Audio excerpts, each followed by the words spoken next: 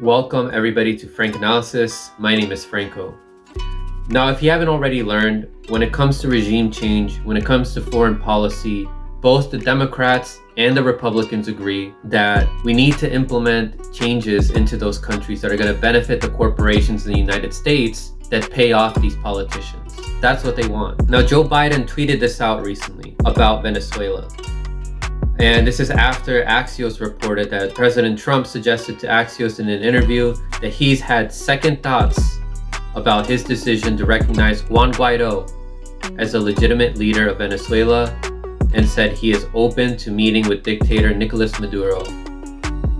Joe Biden said, Trump talks tough on Venezuela but admires thugs and dictators like Maduro. As president, I will stand with the Venezuelan people and for democracy. Now, President Trump has been very tough on Venezuela, much like how Obama was tough on Venezuela as well. And there's reports by the Center for Economic and Policy Research that shows how the economic sanctions on Venezuela have destroyed the lives of thousands of Venezuelans and how is contributing to the death of thousands of innocents. Now, just to show you how much Democrats and Republicans agree on the sanctioning of Venezuela, putting pressure on them to get rid of Nicolas Maduro, who's implementing socialist policies, and to install Juan Guaido as president in an undemocratic process. Here's Donald Trump introducing Juan Guaido. Maduro is an illegitimate ruler, a tyrant who brutalizes his people. But Maduro's grip on tyranny will be smashed and broken. Here this evening is a very brave man who carries with him the hopes, dreams, and aspirations of all Venezuelans. Joining us in the gallery is the true and legitimate president of Venezuela, Juan Guaido. Mr. President, look at Pelosi. Take this message back to you. She was smiling before that. And then she quickly got up.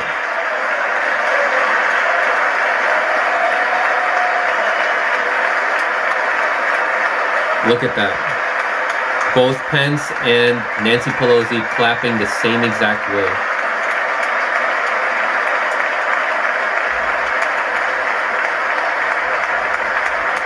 Look at all those establishment politicians there. Now, that was the same night that Nancy Pelosi made a big show by ripping up Donald Trump's speech. But again, look, when it comes to foreign policy, they all agree with each other. But in Venezuela, here's how the crowd reacts to Juan Guaido when he arrived after after Trump introduced him.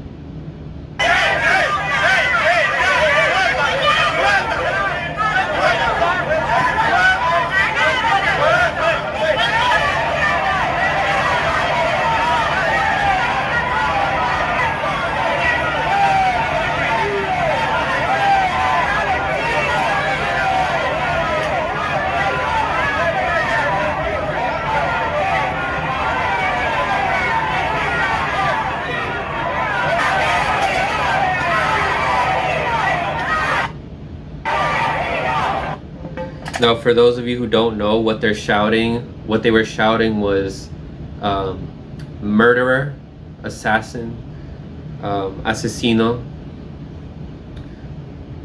And the Venezuelans don't like him. There's been numerous studies that show that Nicolas Maduro won in a legitimate democratic process.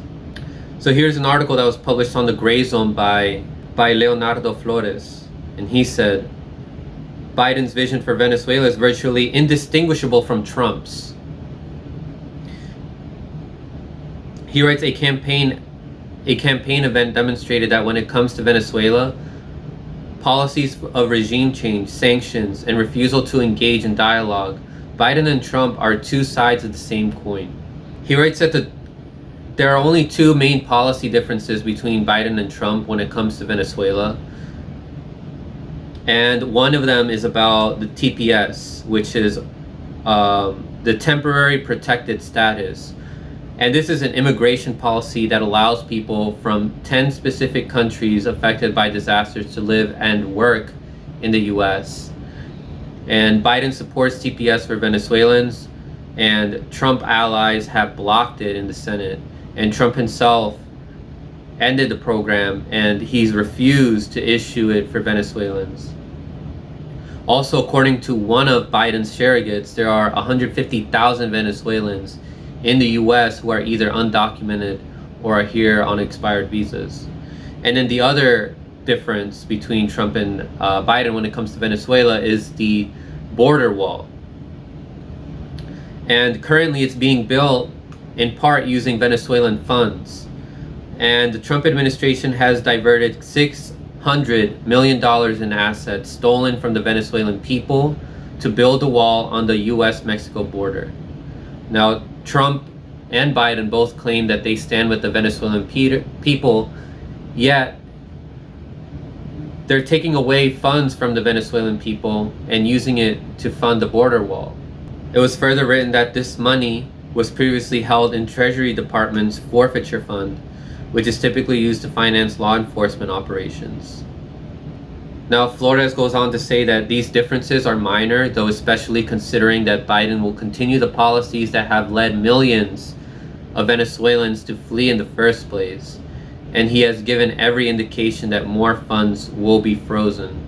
So it's important to also mention how it was Obama's administration, which Biden played a key role in, that laid the groundworks for further sanctioning Venezuela and creating the problem that we see now in Venezuela. Now, the article also goes on to mention how both Biden and Trump are pushing each other.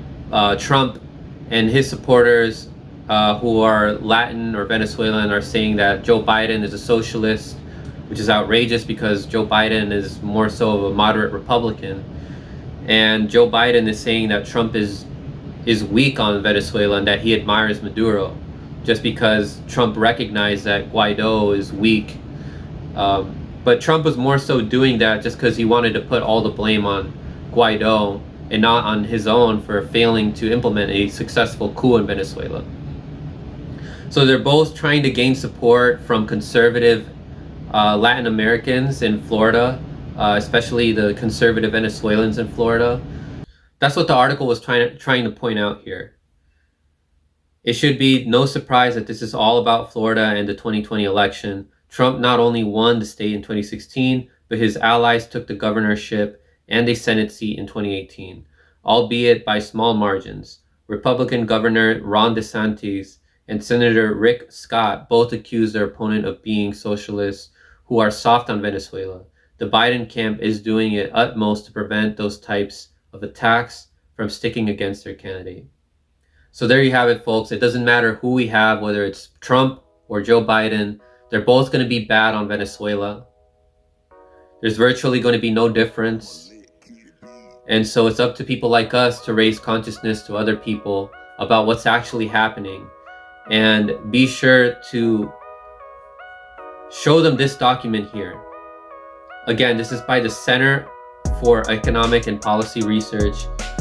They provide extensive evidence showing how it's the US sanctions that is causing the country to suffer. Now, with that being said, people, don't forget to stay informed. Thank you so much.